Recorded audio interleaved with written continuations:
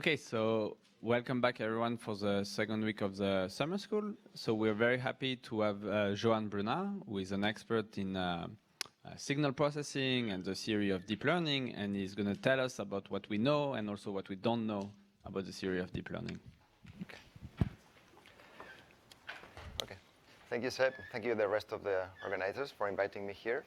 So so as Seb described, during these 5 hours, I will try to give you, I would say, like a mathematical introduction to the state of affairs in deep learning. So mostly, as a disclaimer, probably you have heard deep learning, in the social media, in the news, even, maybe in the TV. So deep learning right now is, of course, is a very broad subject that is not even very well defined. So what I will be talking about in these 5 hours is a very, very tiny subset of deep learning, right? And so we'll try to actually, today I'm going to basically give you like the introduction, try to the main picture, and then as, in the next lectures, we are going to go more and more into the details. So today, the title of today's lecture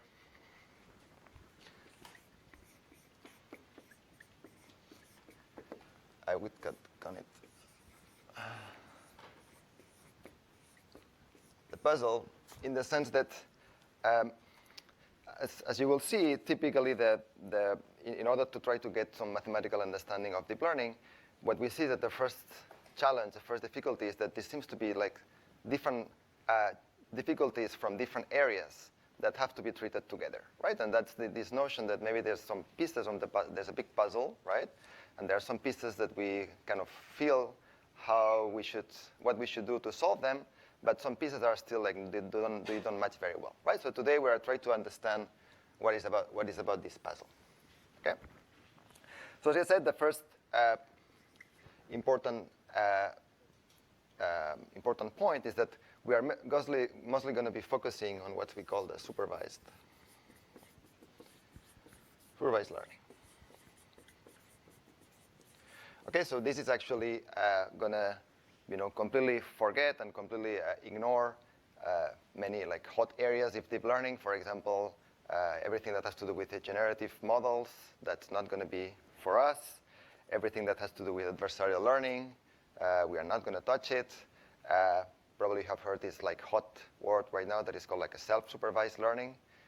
I don't exactly know it can mean several things, but in particular, we are not going to be bothering too much about this framework right now, right? So we are going to be focusing on supervised learning. So what is supervised learning? So let's describe the main ingredients, and also this will also give us the notation that we are going to use in the next hours, right? So the first thing that we are going to assume some input space X, and the key distinction, the key property of this input space is that it is high dimensional.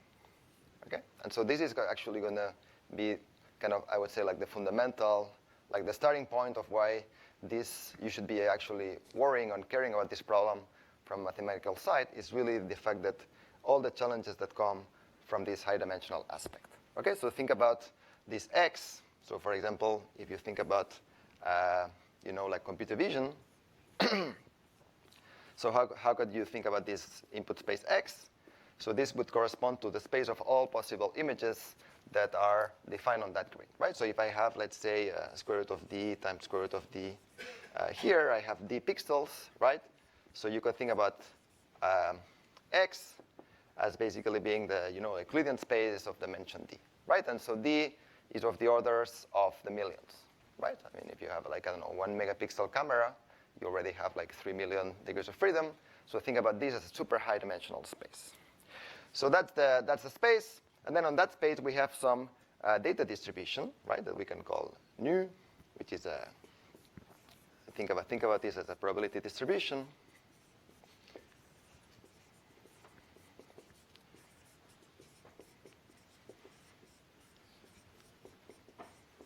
So think about this as a kind of an oracle that can give us data.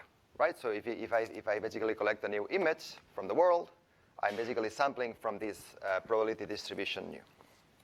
Okay? And so, of course, and also, in the classical setting of supervised learning, this distribution, right, is unknown, right? So we are not allowed to use any kind of analytic information about this probability distribution. Just think of that it's kind of it's a black box, it's an oracle that you can just use to query to get like data, okay? And in that problem, the next ingredient that we have, so that's the space, that's the data distribution, and the other thing that we have is some target to learn. So we can define like a target function. So here I'm simplifying a little bit, right? So I don't know if in the lectures that you had on statistical machine learning, you had to predict some labels y, right? In my case, the labels y, I assume that they can be expressed through a function that is unknown, right? That basically so think about this function as, for example, if I have to do computer vision, f star of x is whether in this image there's a dog or not, right? So think about this f star as the thing I want to learn, right? I want to predict. Okay? And I'm not putting here the technical assumptions, but think about this f star as something that plays well with respect to this distribution. So in particular, this f star is square integrable with respect to this measure, right? Think about this like a finite moment, and it's bounded, and we'll give the details as time goes. Okay, so that's another ingredient. So, of course, as the goal of the game is, so this is actually supervised learning is really about prediction. So we somehow will need to be able to predict this function f star, right? And so how can we measure? For this we need the notion of like metric, right? How can we tell whether we are predicting f star correctly or not, right? So for this, we use like a loss functional, like L, right? That you can assign to any function f, right? That you can think about this loss functional as some kind of like average performance with respect to the data distribution, right? So it's like an expectation over the measure of nu of some small loss between f of x and f star of x.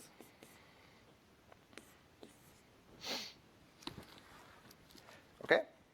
And so this is a very general statement, and typically this small loss here, we in machine learning, we can either consider it to be some kind of like a regression loss if we are doing regression, or a classification loss if, for example, like logistic regression, etc. For my class, like in this, during these 5 hours, we are essentially going to restrict almost all the time to the simplest case where we basically just look at the L2, right? So this is basically the L2 with respect to x in the measure. Okay? So think about this as I just have like a metric, right? That is the average, the mean squared error with respect to the data distribution between whatever function I consider and the ground truth function. So what is the goal of supervised learning? Well, the goal is to do prediction, right? So actually, the goal will be to predict f star from a finite IID sample of what? Of xi, f star of xi, right? And so xi are drawn from V, and I will have n IID points. Okay? So I guess that at this point everything is pretty standard. I'm hoping I'm not telling you anything new, right? But that really the picture that you should have in mind is nothing else when we think about supervised learning, is that I have some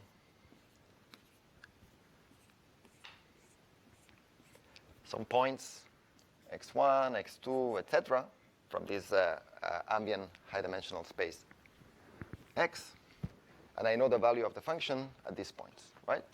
what is the goal of the game? Is to interpolate, right? I just want to interpolate a function from its values, non-values at some point f star, right? So of course, this is a problem. Interpolation is a problem that is I would say like almost the bread and butter in many areas of signal processing, right? So what is different in this setting? What makes this problem so challenging and so, let's say, non-standard from a mathematical perspective? Well, as I said, is the fact that now we have to do this problem, right, in millions of dimensions, right? Instead of just having an interpolation problem in 1D or 2D, right, that probably in high school you had to do, if you think about classical examples, right, I have a function and I have some points in 1D, right? I know the value of the function of these points, interpolate the function, right? So that's something that we all know how to do, right? The main difference here is that this is in a high-dimensional setting.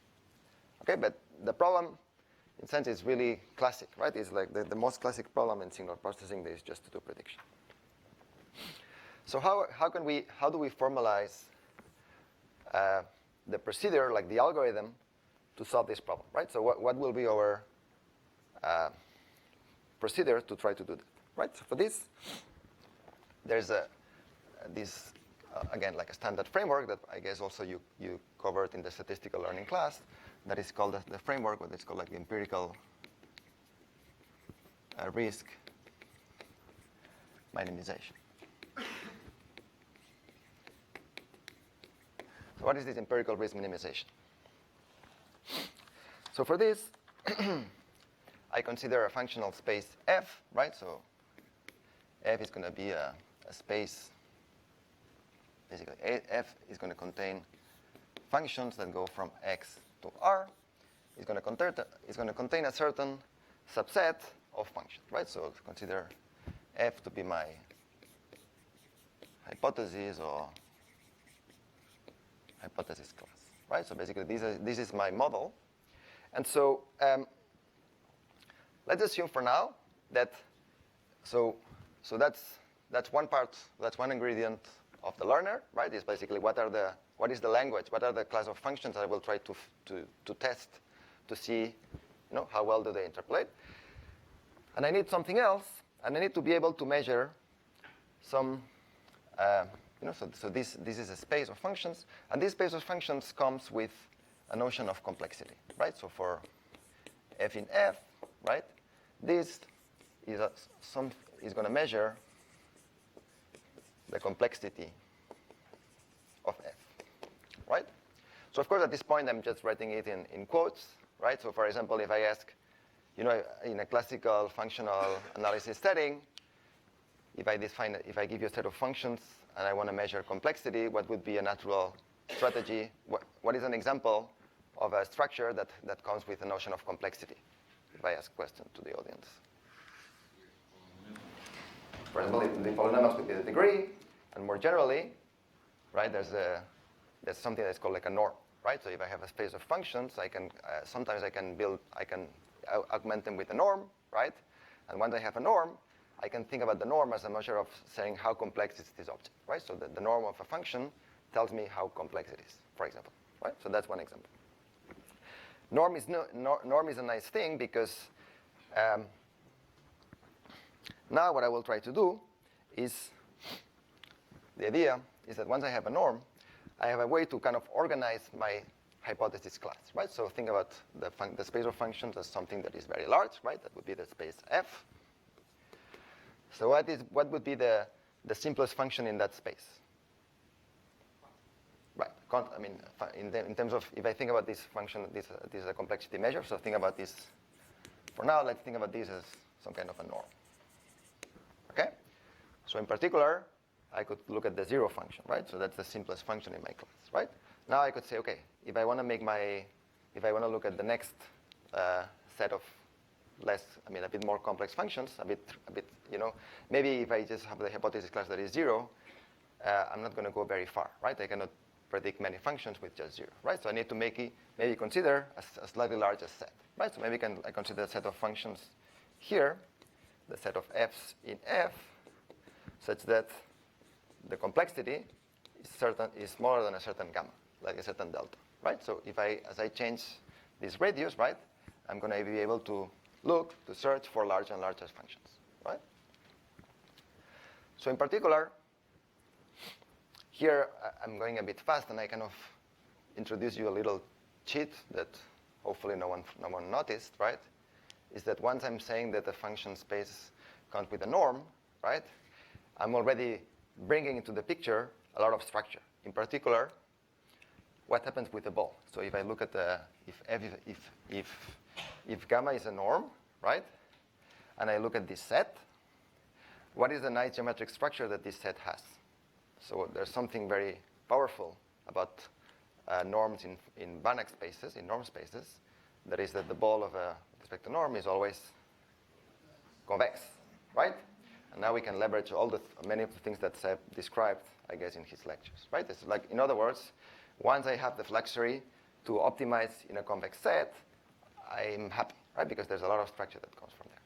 So as we will see, the reality is not always as nice in neural networks because it's not completely obvious that in general we can move around different neural network models using convex structure, right? But for now, let's keep this as a kind of a mindset. So what is the natural way then to do empirical risk minimization?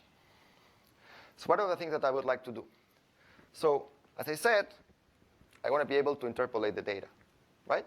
So I need a way to measure for a given element in my hypothesis class, how well is it interpolating the data, right? So this can be computed with what we call the empirical risk, right? So what is the empirical risk? It says the empirical risk should be the empirical version of this loss, right? So what is the empirical risk? It's the average over my data points of the measure of the loss, right? So I can just, again, assuming that I'm using everything in squared norm, that would be just the empirical mean square error, right?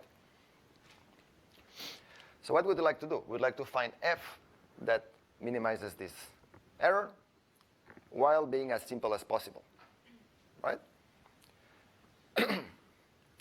So how can we do that? So there's, and I don't know if Seb described this kind of two basic approaches, right? Is that if I want to minimize a function while being, satisfying a certain number of constraints, I can think about this problem in two frameworks, right? There's one setting that is called the constraint form.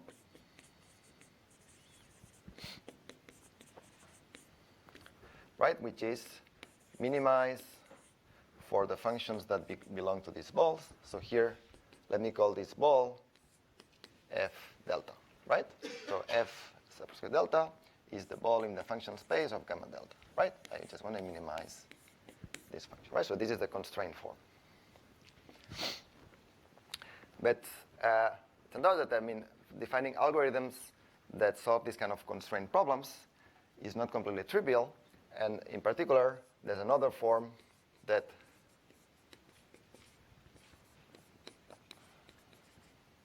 has maybe something that you have seen maybe more typically is called the penalized form, right? So what is the penalized form?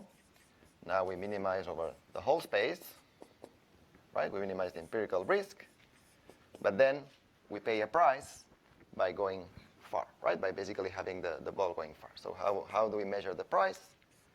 Using our complexity measure, right?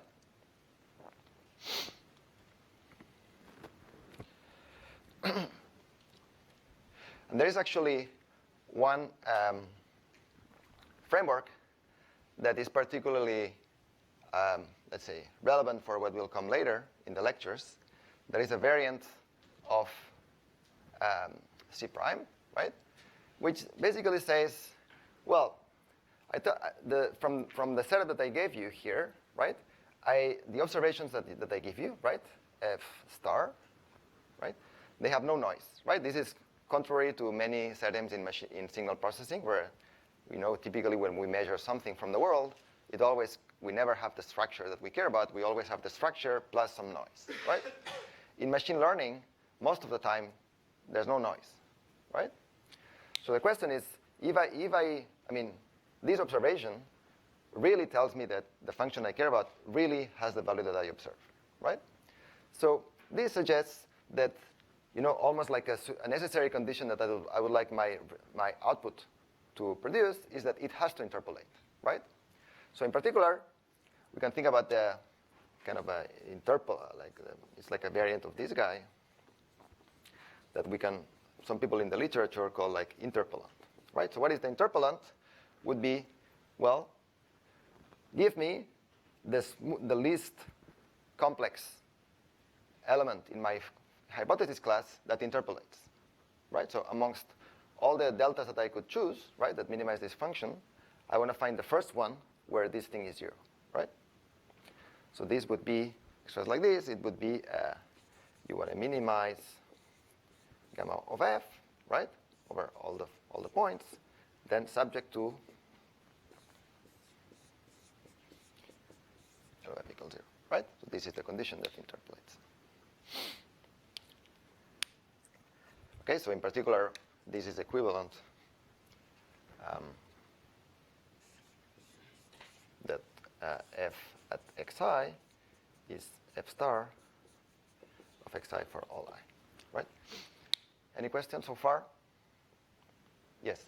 Are these three forms equivalent? Like, what's their relation? Which one is stronger than the other? So the question was, just for the live stream, if the three forms that I described here are equivalent or not.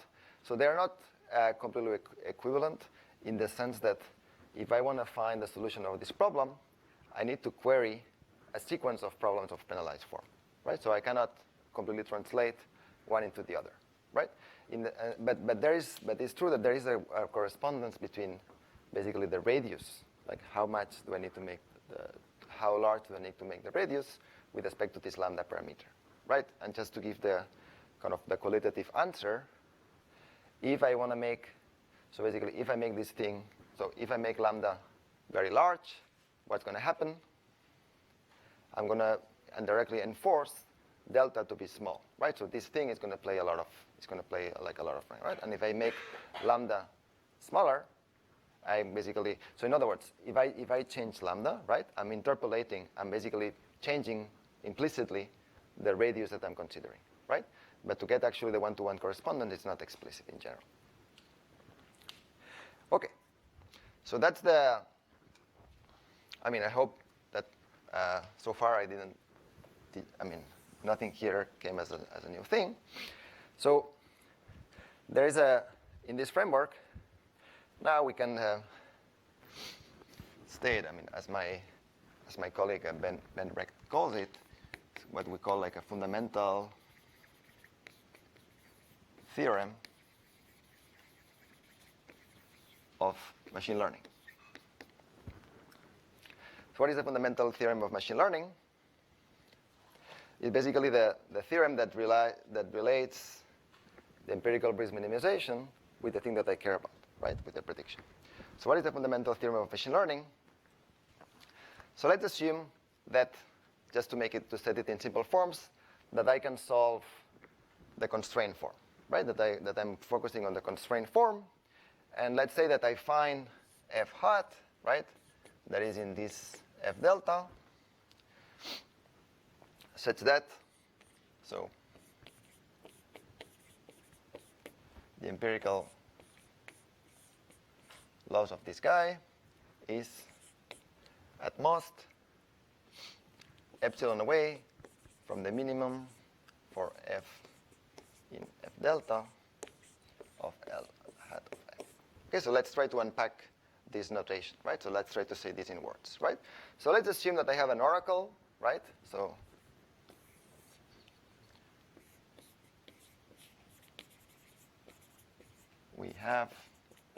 so let's assume that I'm focusing on a certain level of complexity, and I solve the constraint optimization problem up to precision epsilon, right? So in other words, let's assume that I managed to approximately solve this empirical risk minimization problem.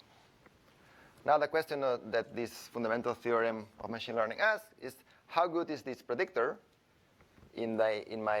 so how good is this f hat at predicting f star? So in other words, what is the true risk of f hat minus the best possible function in my hypothesis class.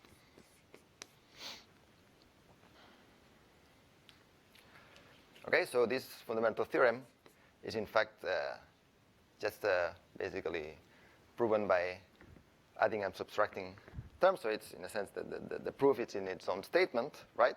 So it turns out that you can actually, we can try to compare, to basically decompose this error, like this, if you want this regret, into basically 3 fundamental terms that correspond to 3 completely different mathematical properties of the problem. So what is the first one? The first one is an approximation error problem, right? So what does this term going to measure? Okay, so this term, as I wrote it now, is basically saying how adaptive, how appropriate is my measure of complexity to basically approximate f star, right? So I would like to be able to minimize this function while having a norm, like a complexity that is not too large, right? Then I have another term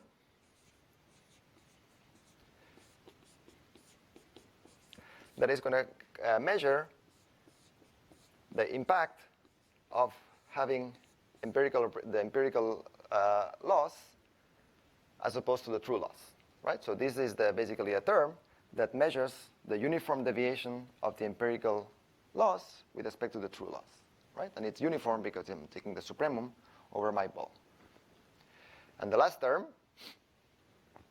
what is the last term? Just to check that people are following. It cannot have disappeared, right? That's the optimization. Okay, so basically what I have here's an approximation.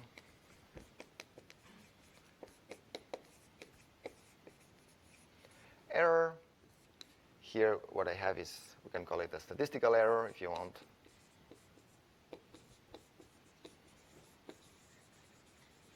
And here I have a optimization error.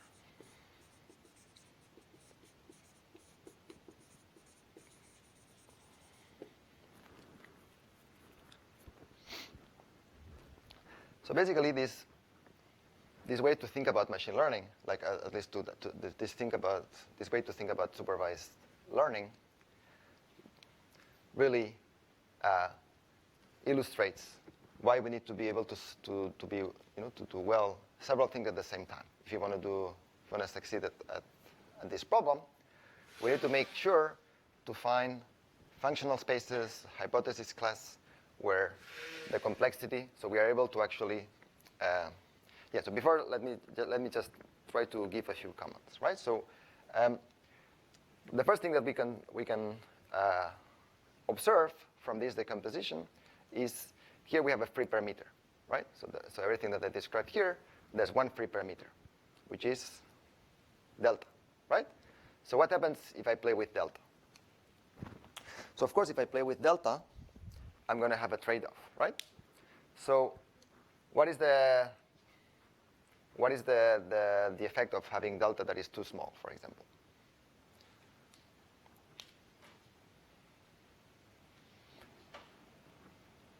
The first term is good. The first term is very big, right? So basically, delta very small is going to essentially stress the problem by basically forcing the minimizer. Basically, I know that f star, in a sense, is the function where L of f star is 0, right, by definition. So basically, f star cannot have a norm that is too big on my function class, right, if I want this term to be small. On the other hand, if delta is small, right, so look at this term, right? So basically, this is basically just measuring the fluctuation. So this L function L that I have here, it's an expectation, right? It's an expectation with respect to some distribution, right? And L hat is just the empirical version of that, right? Think about that you replace the expectation by the sample average, right? So this really looks like a fluctuation, right? And basically, I'm just looking at the uniform fluctuations. And I guess that on the statistical learning class, you spend, I guess, a lot of time trying to control, to understand how to control, what is the behavior of this term. But the bottom line is that there's no secret, right? If I want this term to be small, this set cannot be too large, right? Otherwise, I mean, the fluctuations are gonna blow. And of course, the other part of the problem is that I'm asking myself, I'm requiring for this, I mean, in order to find this element here, I need to solve an optimization problem, right, that looks like this, right? And as I told you, in the best case scenario, this might even look like a convex optimization problem, in which case we can afford to make epsilon very small. We'll see that it's not always the case, even if you have convexity. But in general, in more, let's say, wild scenarios, this is not even going to be a convex optimization problem, right? So when this is not a convex optimization problem, we'll need to worry, to care about what we call this optimization error. Okay. So I think it's time for me to erase the board. So I'm gonna erase it from. I'm gonna erase it from here. In the meantime, if there's any question, I can answer while I'm erasing the board.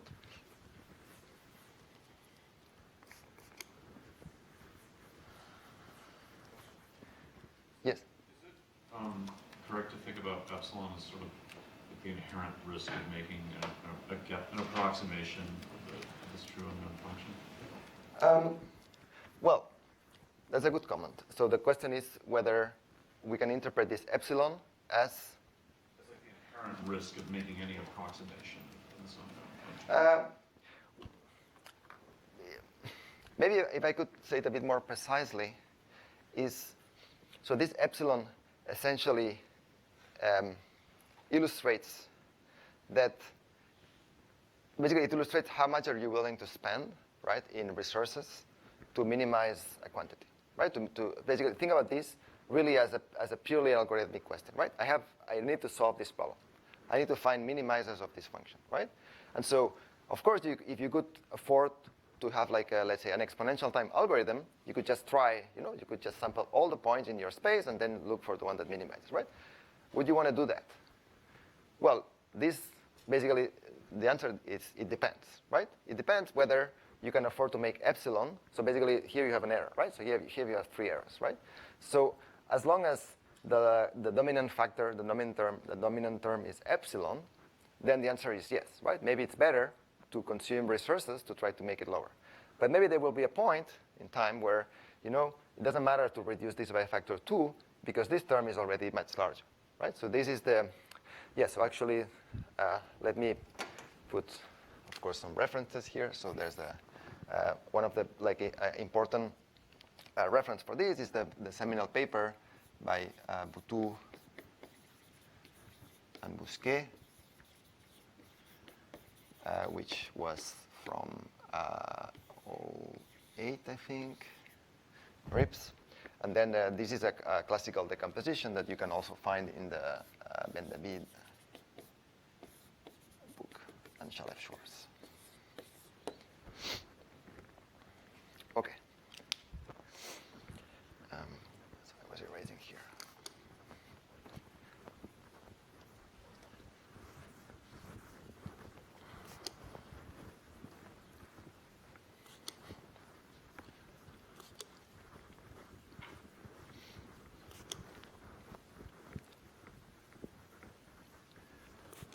Okay.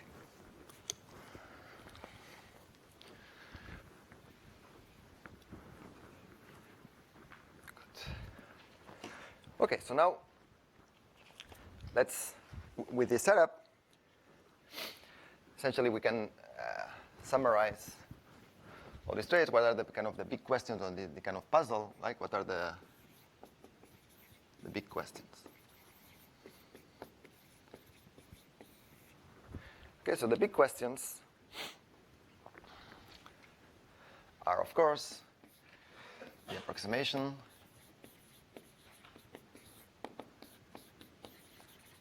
is how to design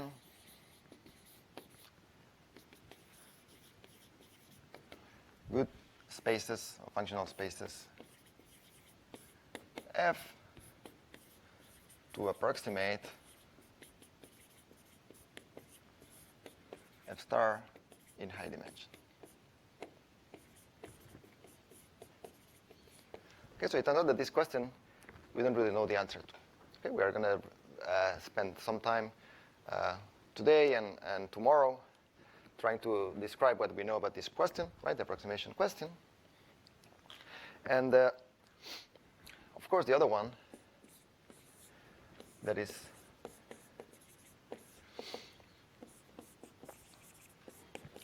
how to design algorithms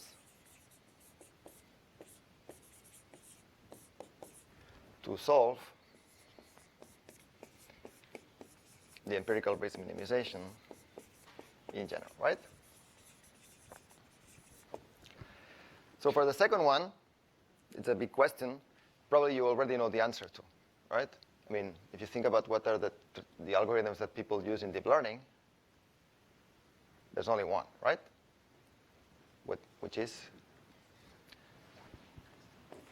kind of it simplifies things for us, right? For math, because you have only one thing to study, right? So this is basically the gradient descent.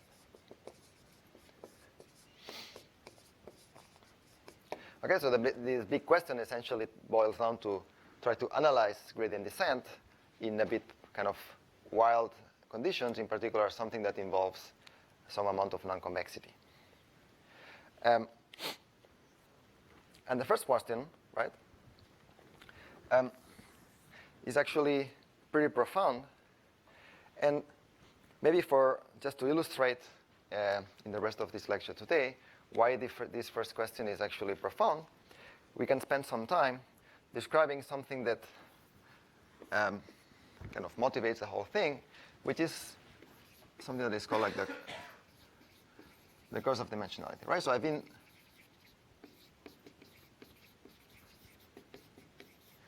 been mentioning the fact that one of the defining properties of this problem, of like this context of deep learning, is the fact that we are really solving prediction problems in high dimensions. So what is so magical about the high dimensionality of the problem? So the first one way to convince yourself that is actually essentially like it poses like a lot of challenges is really to think about this like question, for example, is how many samples do I need to estimate F star depending or as a function depending on its regularity assumptions. Okay, so that's the question that we are going to focus on now. So let's focus first on the case where F star is like the best you could dream for, right? What would be the nicest, most what? Constant. Yeah, that's actually great. Actually, so for constant, maybe you can answer that in real time, right? If I know that F star is a constant, how many samples do I need to estimate it? One sample, right? That's easy. That's good. So what would be the next level, right? Linear. Good. Let's assume that F star is linear. So in that sense, I know that F star of X is going to be a linear function that I can write like this with some unknown vector in RD, right? So here I'm assuming that I'm basically embedding the data into a sufficiently high dimensional Euclidean space, RD. Okay? So in that case, I will, of course, search for my problem like the hypothesis class, right, will contain only linear functions. right? So f of x is just going to be theta, and this hypothesis class, obviously, is isomorphic to RD, right? I mean, searching for parameterizing this function class is the same as parameterizing this vector, theta, right? So again, I ask the same question, not too complicated. How many samples do I need to learn in that case? D, right? So in that sense, the answer is that I need n equals d, right? And the logic for, just to complete the argument, is that what does it mean learning in that case? Is basically solving a system of linear equations, right? I just need to make, basically what I have is I need to make sure that xi with theta is equal to xi theta star for I equals 1 to n, right? So what are the unknowns here? I have d degrees of freedom, right? And n equations, right? And I'm promised that this system of equations has a solution. It's feasible, right? Because there is f star that solve it. So I just need to make sure that I have enough equations, right? So the equations is going to suffice. This seems pretty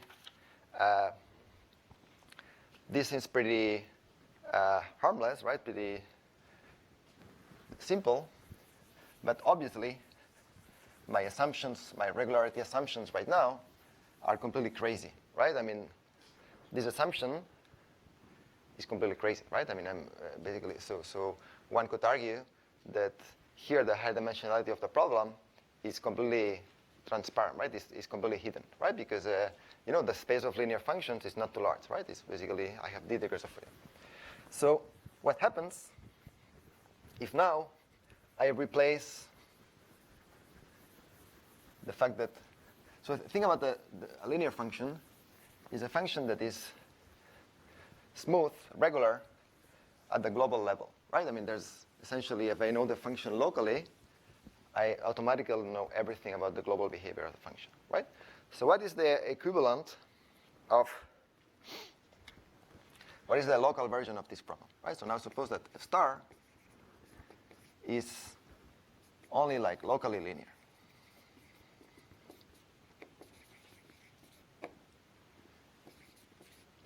So what does it mean, a function that is locally linear? Lipschitz, good. That's a good way to put it, but right? So what is so E f is Lipschitz. So what does it mean? It means that f of x minus f star of y is at most some factor, some constant times x minus y. Okay? And so the smallest beta that makes this equation true is called the Lipschitz constant, right? So, lip of f star is the amph of beta such that this is true.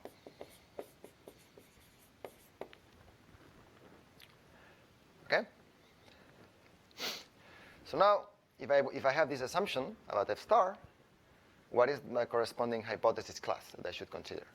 I should try to learn f star in a space that now is much, much bigger than this one, right? So now the corresponding space contains all the functions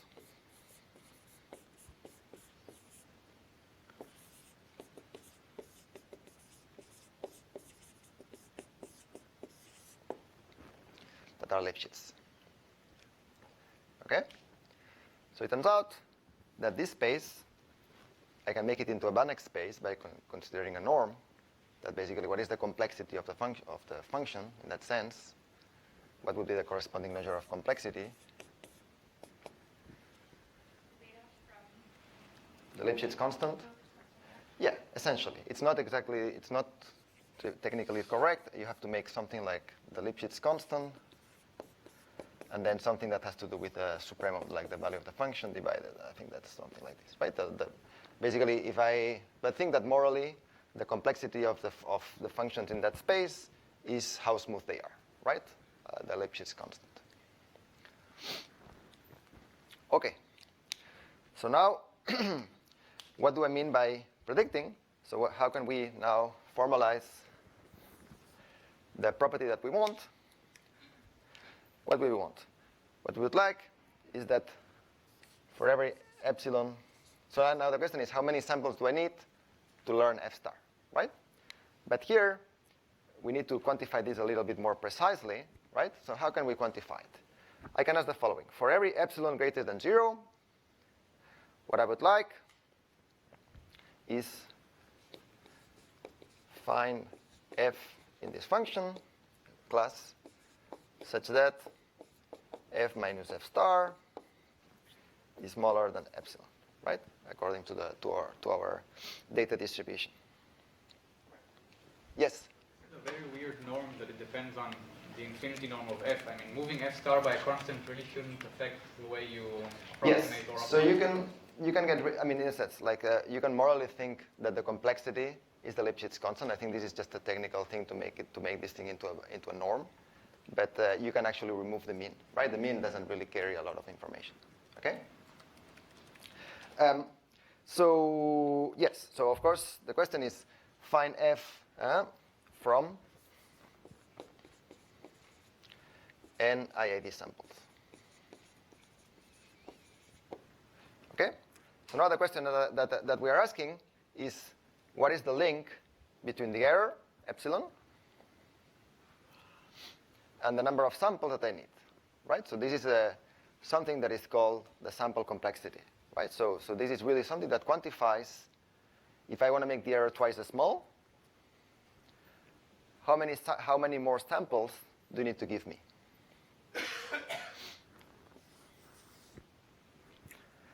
So what do you think, or how do you think this sample complexity turns out to be in that case, just if you had to guess, right? So here, what we saw is that sample complexity, right, is actually linear, right? It grows with a dimension, just as it grows linearly with a dimension. What would be the situation in that case, right? So how should it grow?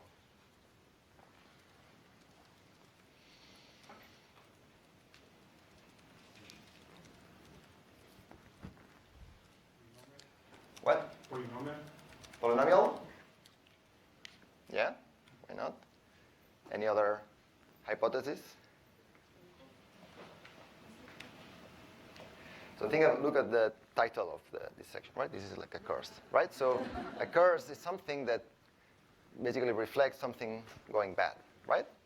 So something goes bad, essentially in statistics or even like in computation, right? Something bad if you have an exponential dependency somewhere, right? And that's exactly what's happening here, right? That the course of dimensionality really reflects that the sample complexity, if I want to learn just by assuming local smoothness, grows exponential with the dimension, right? And let's try to see why that is the case. Okay?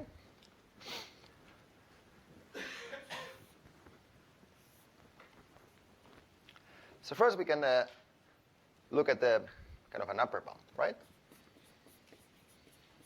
Just first, let's try to convince ourselves that with that amount of samples, indeed it is possible to learn, right? This is kind of a sanity check, just to see that we are comfortable with this hypothesis class. So for this, we need to produce, we need to build like a constructive solution, right? We need to build, so basically, given a data set, right? So given points fxi, we need to produce an estimator for f star, right? So I basically recall the picture. I have some points, and I know the value of the function f star in those points. And I'm promising you, right? There's a promise that f star is Lipschitz. How would you find an estimator? So given this thing, how would you define? Like let's forget about computational complexity right now. How would you define an estimator in capital F? The intersection of all the cones of. Sorry, who is intersection of all the? Oh yeah. Okay. You No, look so at this. all the cones of angle beta, or with Lipschitz constant beta, and then treat this as a value of a function in some sense. Okay, so you're already answering with much more detail that I want, right? In a sense, what I wanted is basically just the idea, right? Is that what you would like is that you say f estimator of the estimate f hat can be the argmin of the Lipschitz constant, right? So basically what I want is the smoothest possible solution such that f of xi is equals to f of xi, right? Of course, at this point, this algorithm, I mean, I don't have any, I don't exhibit you, I don't give you an algorithm to solve this problem. But basically, this is why it's, in approximation theory, we are not caring about algorithms, right? We are caring about just showing that the function class has the ability to approximate, right? So here I'm giving you an element, right? So this f hat, right, belongs to f. Why is that?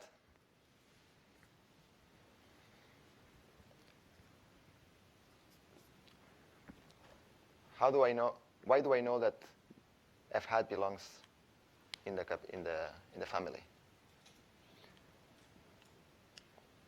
Well, I know that there's at least one feasible solution, right? That's the promise I gave you. F star is Lipschitz, right? So F star, in particular, has this property, and this thing is finite, right? So I know that at least this guy is in the family, right?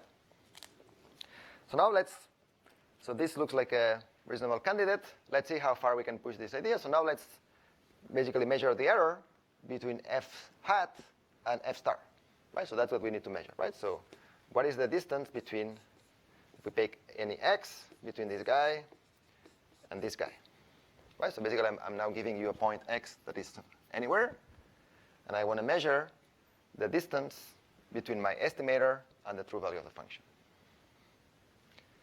So what would be so of course at this point, do I know the value of f hat at a random location x that is not in the data point? I have no idea, right? But what do I know about this problem? What do I know about f hat, and what do I know about f star? Lipschitz. So somehow I need to leverage this hypothesis. So how can I do that? For a given x, right? Maybe what I could do is look at the data. And what do I have? I could basically look at the data and maybe consider the closest data point from x.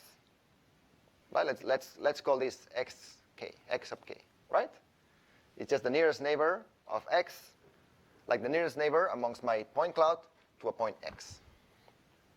So how can I leverage this thing to measure this error? And let's continue here.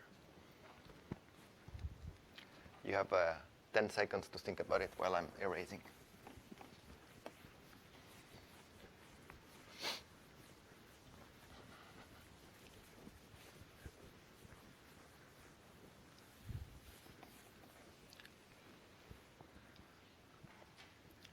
Okay, so what do I need to do?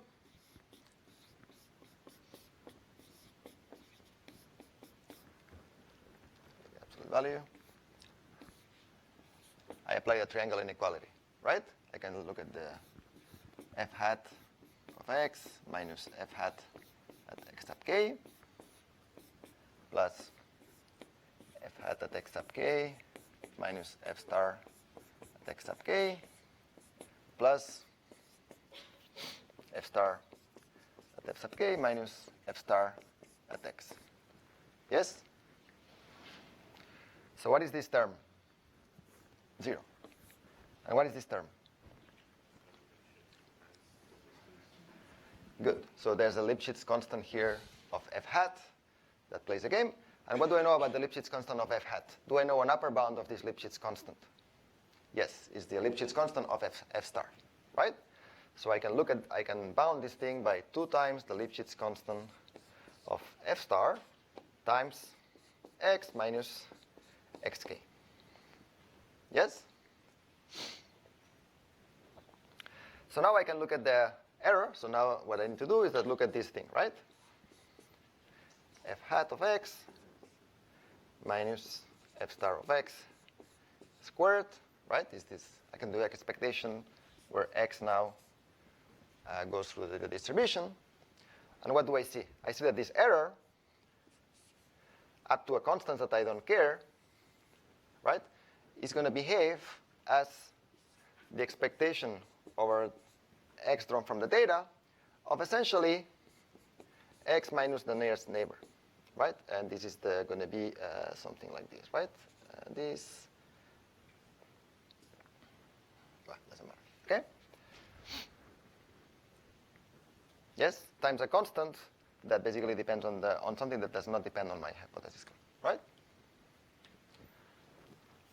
So basically what I'm saying, at the end what this thing boils down to is if I cover the input space with enough points, I can make sure that on average, any point that I draw from the original distribution is close to one of the samples, right? So let's draw a picture to see what happens, right? So let's assume that my space is the unit ball, right? I mean, I mentioned like things are bounded, right? So if I cover the ball with enough points, right? And now I draw a new point here. Well, the closest point, right? So what is the dependency between the distance that I have and the number of points that I generate, right? So in other words, if I have the luxury to have a number of points that is exponential, right? What do you know about this expected distance?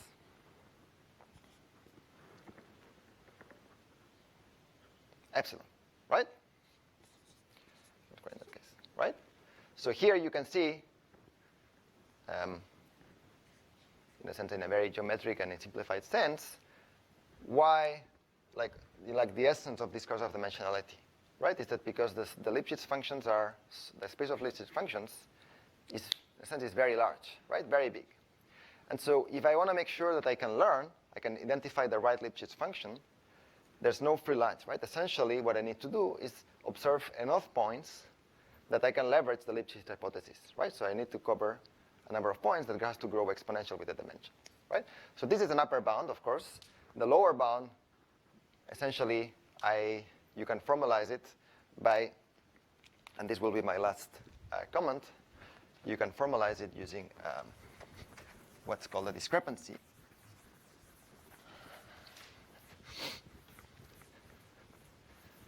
That basically, what is a discrepancy? Did you see the discrepancy in the statistical learning class? Maximum discrepancy? Okay, so it's a variant of the Rademacher complexity. Did you see Rademacher? Yeah. Okay, so if you know Rademacher, you essentially know the discrepancy. What is a discrepancy?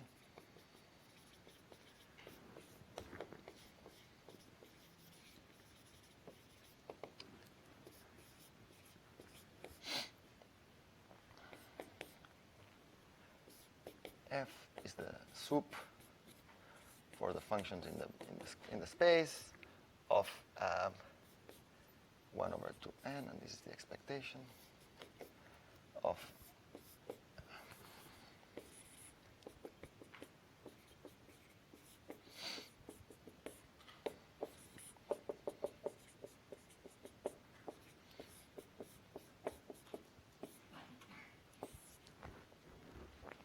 okay, so what is this thing? So this thing is measuring what is the worst case. Can I find a function? And this is so if I consider now f to be the ball, like the unit norm, the unit ball of Lipschitz functions, what I know is that this quantity is of the order of n to the minus 1 over d. Okay, so this is the result by von Luxburg and Bousquet. Okay, so what does it essentially say is that if I observe only n data points, right, there exist Lipschitz functions where the value of the function in half of the data set is arbitrarily far from the value of the function on the rest of the points, right? So in other words, unless I cover the unit space with an exponential number of points, knowing the value of the function in the sample is not going to tell me how the function behaves outside this point cloud, right? So just to finish, the illustration would be that let's say that I try to cover the unit ball. Here I'm covering the unit ball in dimension D with a number of points that is not exponential, right? So now the intuition how you should read this result is saying that now I can hide the Lipschitz function that is not going to be visible in this sample, right? So what I could do, think about the Lipschitz function, something that has a bump here, right? And I choose the location of the bump far away from any sample, right? So now when I look at the samples, like let's say that this is a F star, right? So when I look at F star at the points that I see, I basically only see 0, right? I don't see any bump, right?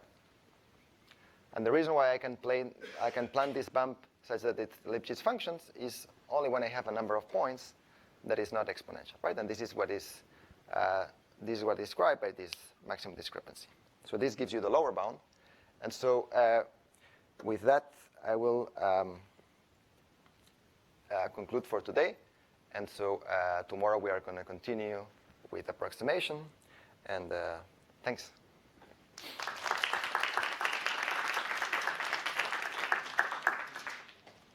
Is there a break now?